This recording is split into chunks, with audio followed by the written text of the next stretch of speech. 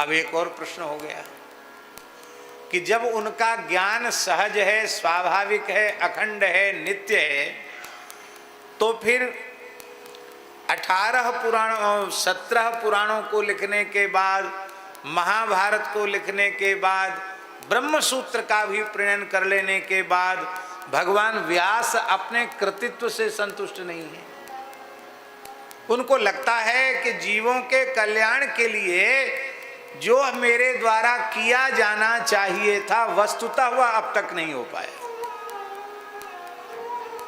अपने कृतित्व से वे संतुष्ट नहीं है, उदास होकर के बैठे हैं। और देवर्षि नारद जी आते हैं और वो कहते हैं, पाराशर्य महाभाग भवतः कच्चिदात्मना, हे पराशर नंदन भगवान व्यास, आप अपने कृतित्व से संतुष्ट हैं कि नहीं?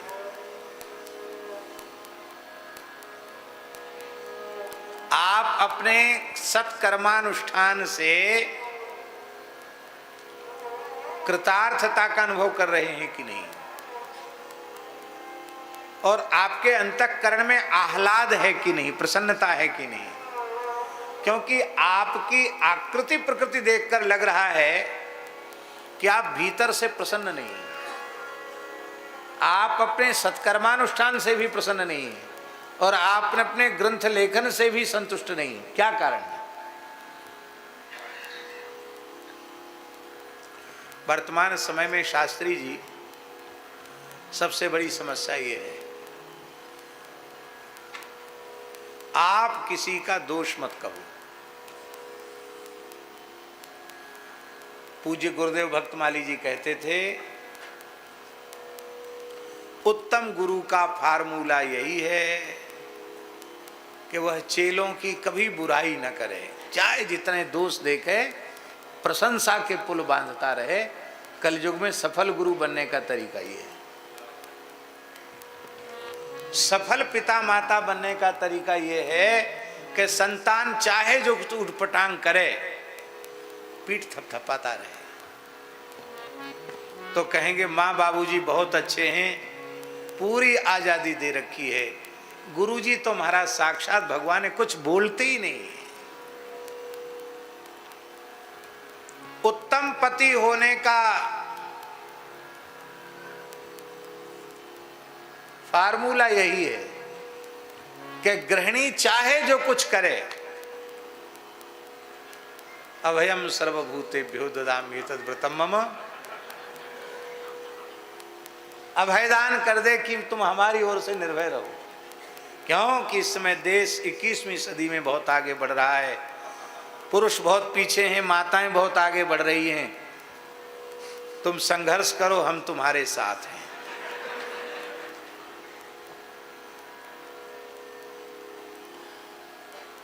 और उत्तम पत्नी होने का फार्मूला भी यही है। पतिदेव चाहे जो कुछ उठपटांग कर, बोलो ही मत, हर समय कहो वाह क्या कहने, आप तो साक्षात भगवान है। पर इस प्रकार की जो वृत्ति है, महाराज जी कहते थे, जो अपने दोष सुन नहीं सकता और स्वीकार नहीं कर सकता, उस व्यक्ति का सुधार स्वयं भगवान नहीं कर सकते। समर्थ से समर्थ संत, समर्थ से समर्थ सद्गुरु उस व्यक्ति का सुधार नहीं कर सकते जो अपनी भूल को स्वीकार नहीं करता।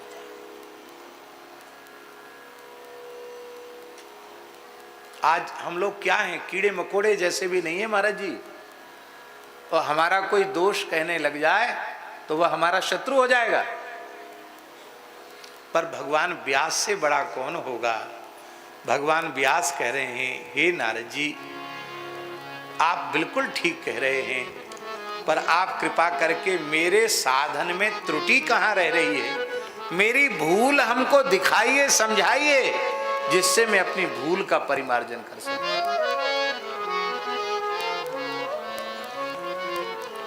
गुरुजनों से, संतों से प्रार्थना करो, मेरी भूल मुझे समझाइए, जिससे मैं अपनी भूल का परिमार्जन कर सकूं। इतने दिन आपके चरणों का आश्रय लिए हो गया, आखिर कहाँ हमारी उपासना अवरुद्ध हो रही, कहाँ हम अटक रहे हैं? जहां हमें पहुंचना चाहिए था वहां तक क्यों नहीं पहुंचे? गुरु जी का दोष नहीं है, भगवान का दोष नहीं है, शास्त्र का दोष नहीं है, हमारा अपना दोष है। और ईमानदारी से जैसा कि आप दूसरों के बारे में सोचते हैं, ऐसा आत्मनिरीक्षण तटस्थ भाव से अपना करने लग जाएं, तो आपको स्पष्ट दिखाई पड़ जाएगा हमारे जीवन की कमियां क्या है। और कमी रहती तब तक है जब तक हम उन्हें स्वीकार नहीं करते। स्वीकार कर लें तो पश्चाताप होगा, पश्चाताप होगा तो प्रायश्चित होगा, फिर वह कमी हमारे जीवन में आवेगी नहीं। व्यास जी इतने बड़े हैं और वो नारद जी से करे हमारी कमी हमको बताइए। नारद जी ने वही कोई लाग लपेट नहीं की। कहते तो हम लोग भी हैं कि महाराज जी हमारी कमी हमें बताइए, पर महाराज जी सुनकर भी कमी नहीं बताते। इसलिए नहीं बताते कि ये किस स्टेशन से बोल रहा है, हम इसकी स्टेशन समझते हैं। ये इसीलिए कह रहा है कि ये कमी बताएंगे नहीं, कमी बताएंगे तो ये मानेगा नहीं कि नहीं गुरुजी आप भूल में हैं, भ्रम में हैं, ये कमी हमारे में नहीं, आप में कमी हो सकती है। हाँ, महाराज जी बोले गुरुजी में कमी है तब ना चेला की कमी दिखाई पड़ रही है। इसलिए ईमानदारी से अपने बड़ों के सामने अपनी कमी को कहने वाला व्यक्ति, उसके जीवन में कोई कमी नहीं रह जाएगी, पूर्णता आ जाएगी। श्री नारद जी ने कहा हम तो इसीलिए आए हैं, कमी बताने आए हैं। भवता नुदित प्रायम यशो भगवतो मलम ये नैवासौ न तुष्येत मन्ये तद्दर्शनम किलम। आपने पुराणों में, महाभारत में भगवान का यश गाया तो है, ये आरोप नहीं कि आपने भगवत यश नहीं गाया, खूब गाया, लेकिन प्राधान्य नहीं गाया, प्रधान रूप से नहीं गाया, आनुषंगिक रूप से आपने गाया। और जब तब तीर्थ व्रत उपवास स्वाध्याय तीर्थाटन इनकी महिमा ज्यादा कह दी। भागवत धर्म की महिमा जैसी विशुद्ध रूप से कहनी चाहिए थी, प्रचुर से प्रचुर रूप में कहनी चाहिए थी, वो आपने नहीं कही।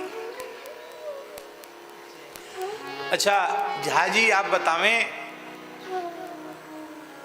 महाभारत में भागवत धर्म का कितना निरूपण है? मेरी प्रार्थना है एक बार महाभारत आद्योपांत मूल ग्रंथ का पारायण करना चाहिए। महाभारत में रसिकों का जो अनन्य धर्म है, एकांतिक भक्ति है, उसका भी वर्णन है महाभारत में। परमैकांती भक्तों का भी लक्षण है।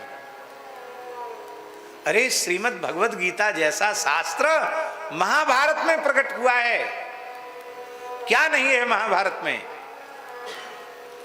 पर महाभारत में कणक की कूटनीति भी है।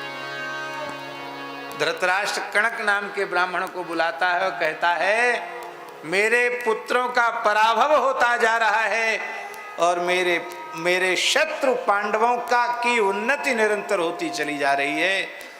मैं जल रहा हूं अपने शत्रुओं की उन्नति को देखकर, तुम कुछ सलाह दो। तो कूटनीति का उपदेश करता है। महाराज आपका दिमाग खराब हो जाएगा उस कूटनीति की बातों को पढ़ करके।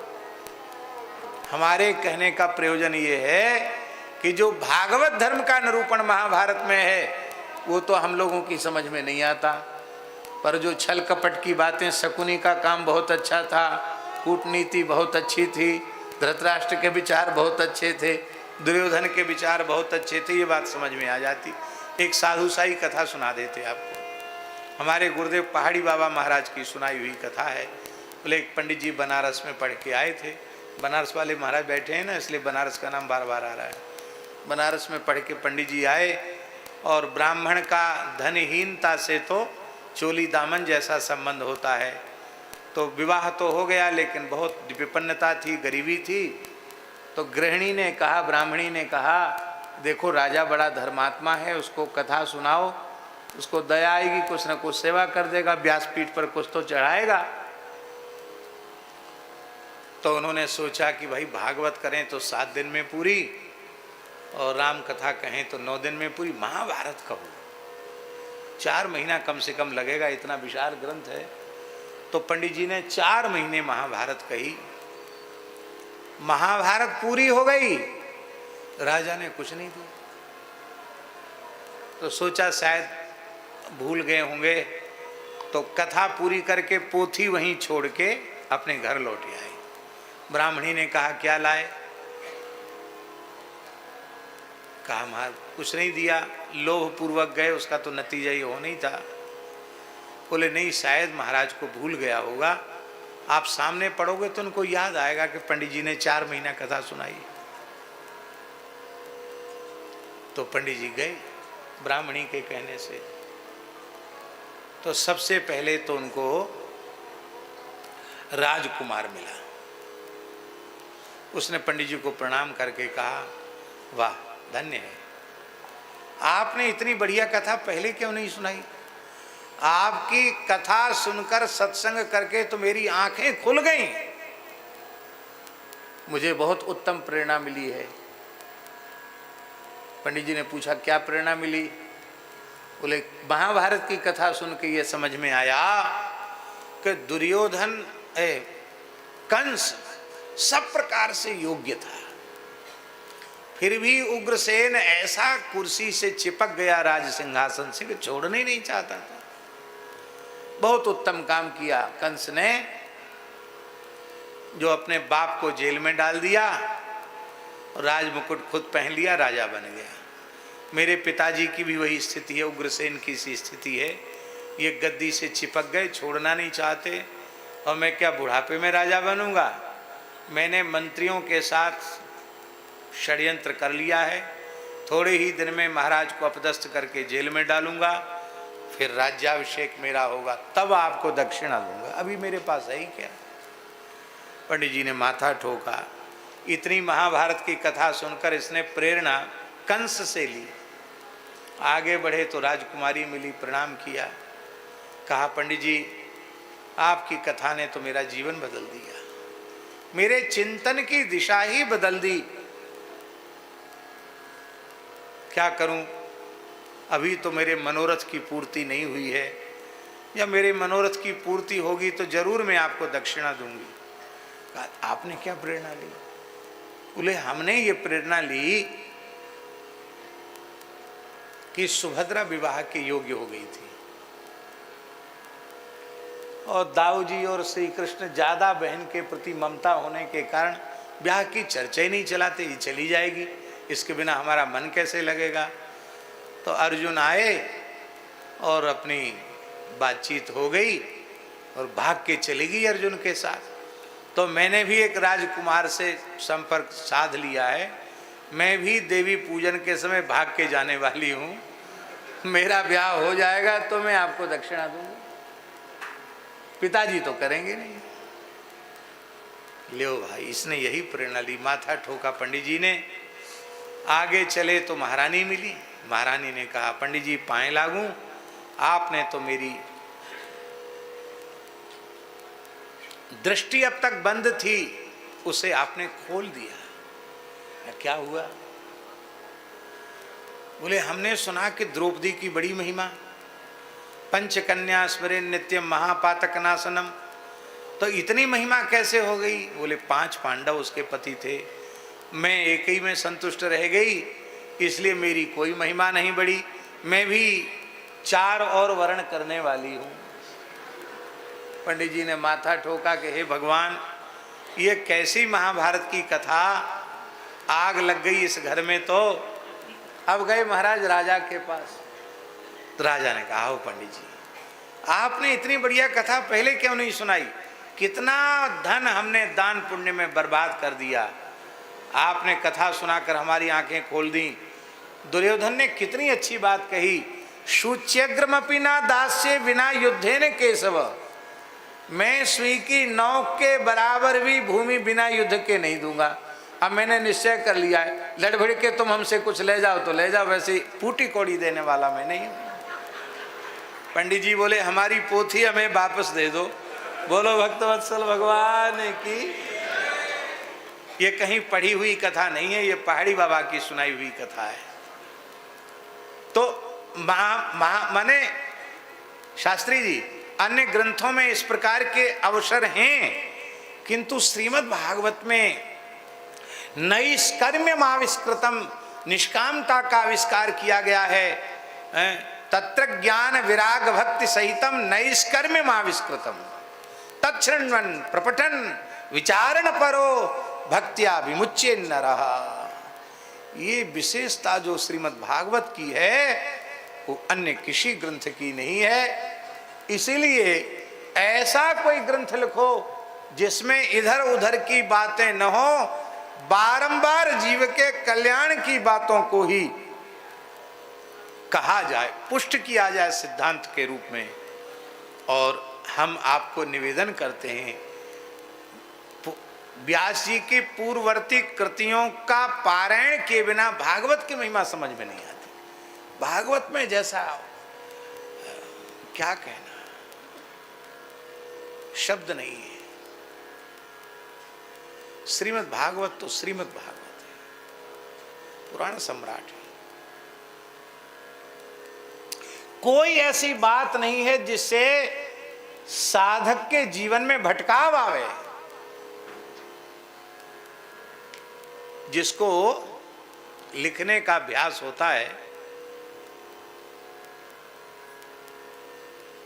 वो छोड़ नहीं सकता अभ्यास लिखने का, किसी अवस्था में हो लिखेगा।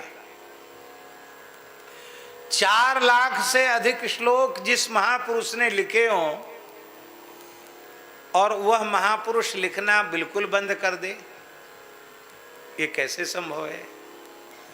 श्रीमद् भागवत के प्रणयन के पश्चात व्यास जी ने कुछ भी नहीं लिखा।